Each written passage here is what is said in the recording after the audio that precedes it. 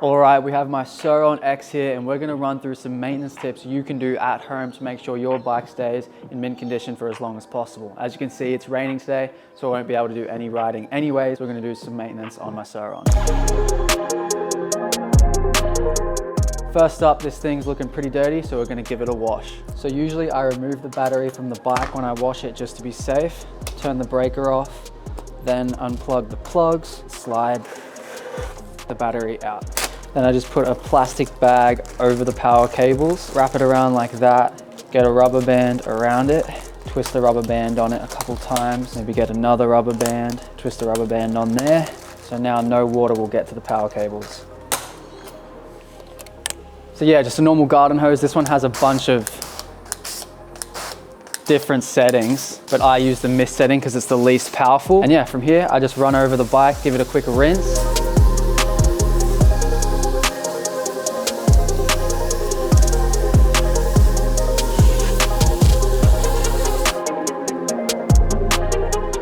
Next up, get a bucket and sponge, fill it up with some water, add a little bit of soap.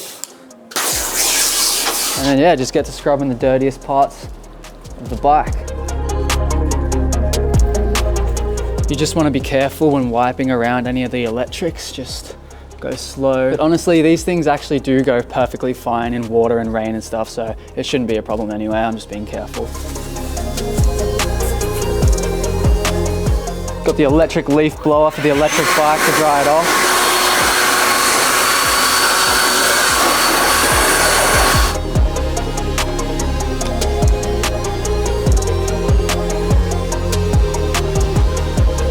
All right, and once you're done washing it, you want to quickly check that it still works.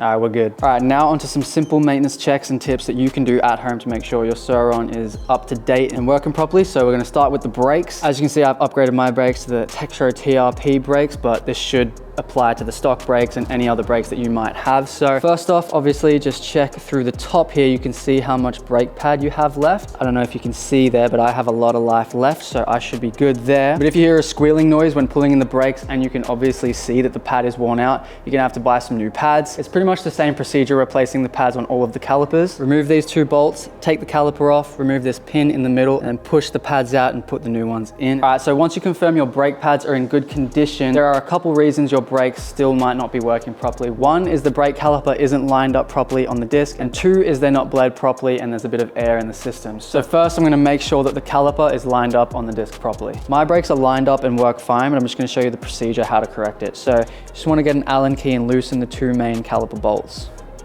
Just like that, not completely loose, just loose enough to where the caliper can wiggle around. Once that's loose, come to the brake lever, pull it in, and the caliper will squeeze onto the disc. While still holding the brake lever down, tighten the bolts.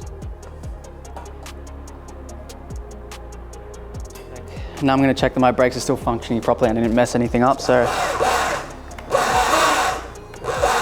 They look like they're locking up pretty well, so the rear is done and it's basically the same for the front. All right, so again, just loosening the two main caliper bolts. Don't take them off completely, just loose enough to where the caliper can wiggle around on the disc. Now you want to squeeze the brake lever, and as you can see, it squeezes onto the disc, and then tighten it while still holding the brake lever.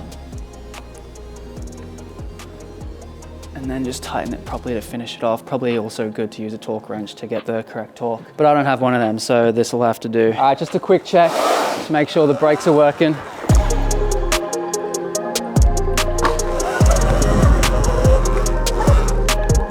Okay, so the other reason your brakes might not be functioning properly is because there is air in the system or air in the brake levers, so you got to do a brake bleed or brake purge. So the problem usually occurs at the top where the brake lever is. In this housing, a bit of air can get trapped in, especially when installing a fresh pair of brakes. So when I installed these Tektro TRP brakes, there was a bit of air stuck in the top. So what you got to do is a brake purge. Simply loosen the brake lever, lift it up so it is parallel to the ground, so it is flat. Unscrew this bolt. Then you get a bleed kit that has a syringe that is made for this brake lever. Fill the syringe with a little bit of mineral oil. Screw the syringe into that bolt, or it might not even be a syringe, it might be a cup with a little stick. Put the mineral oil in there, then put it on top of the opening and take the stick out. In my case, I had a tube syringe thing that you screw on. Once that is all set up, you just want to pump the brake a couple times. You can pull the brake in and snap it back like that, and hopefully you will be seeing bubbles rise up slowly into the tube or into the cup. And you just want to keep doing that until there are no bubbles left. Another thing you can do is flick the brake wire around. That'll get the air to move around and hopefully come up through the tube. Once you've done that enough and there are no more air bubbles, you can remove the cup or the tube, put the bolt back on, move the brake lever back into position and carefully test out the brakes again, and that should fix it. If not, you need a whole system bleed. There's a problem somewhere else, maybe in the caliper. But yeah, that's a quick fix you can hopefully do yourself at home. Next up, and very importantly, you want to check that all the spokes are tightened properly and evenly and none of them are broken, because if they are, over time the wheel can warp very badly and it can wobble around and definitely cause you to have an accident that you otherwise wouldn't have. So to do this, it's best to have some sort of tool like this, which is a spoke tool. Get the spoke tool, put it around this nipple and then tighten or loose it accordingly. Okay, this is pretty hard to explain, but basically to figure out which ones are loose or not on properly, obviously you can feel them if they're loose, but what you are looking for, you get a screwdriver or a piece of metal and you listen for the tone and you use this tool to tighten it or loosen it, kind of like a guitar. But with this, you want the tones to all be as similar as possible. Those are similar. So these ones make a higher pitch sound, which I believe means they're a bit tighter. So these ones might need to be tightened, but keep going down. See, this one makes no noise, no tone at all, just a metal sound. That is because this one is completely loose. And unfortunately, I can't even tighten it because the actual nipple here is stripped, so it can't be tightened. I need to take the wheel off and put a new spoke in. And by doing this, making sure all the spokes are tightened properly at least once a week or after every few rides, you avoid this problem where you get completely stripped and loose, useless spokes. But yeah, just listening to the tones and tightening or loosening according to it. So this one is a little bit deep, so I'm gonna tighten it. There we go, that sounds similar, and you just do that to the rest of the wheel. Honestly, I'm not the best at doing it myself, so if you're like me, you can take it to a bike shop to just get it trued properly, and then from then on kind of teach yourself how to do it. But yeah, that is the best I can do to explain how to maintain the spokes on your wheel. Next up, we have battery charging and battery health. So to charge it, you just open this up down here, turn the breaker switch off. Yeah, it's very important to turn the breaker off before you plug in the charger.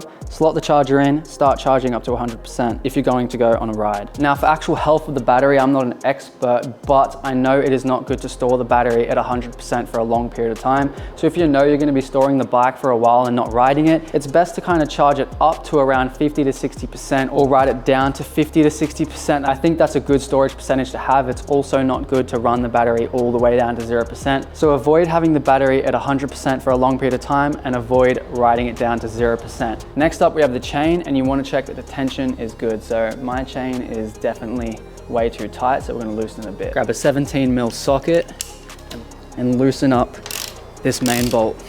And this bolt right here you want to loosen off, and then just loosen it like that. And do the same thing to the other side.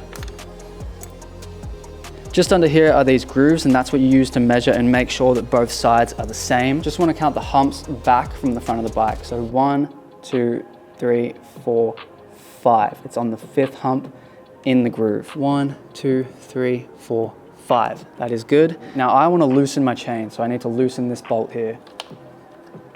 Loosen it up just a bit, just a little bit, not too much. Then do the same to the other side and kind of knock the wheel in. And then again, as I explained before, you need to line the grooves up with the new tension of the chain. Once you're happy with it and it's all lined up, simply tighten up this bolt again. We've got the grooves lined up, the bolt's tightened, and I'm happy with that. And the chain is now looser, but a lot looser. But once you tighten up this bolt, it should tighten a little bit more and should be good.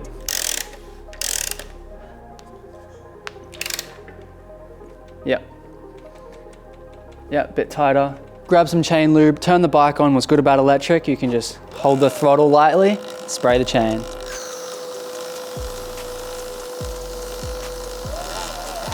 Try your best to avoid getting this near the disc brake or the caliper, because that can contaminate your brakes and ruin everything. So try your best to avoid that. If the chain is very dirty, you might need to take it off completely and do a proper chain clean. But other than that, just lube it up. Oh yes, and of course, if your tire is bald, definitely consider getting a new one like mine. Mine is nearly completely bald, has no studs. And yeah, honestly, I think that's all the maintenance I can do for my bike at home today. The bike is looking mint and running mint and ready to go for a ride, so let's do it. May as well get rid of this one.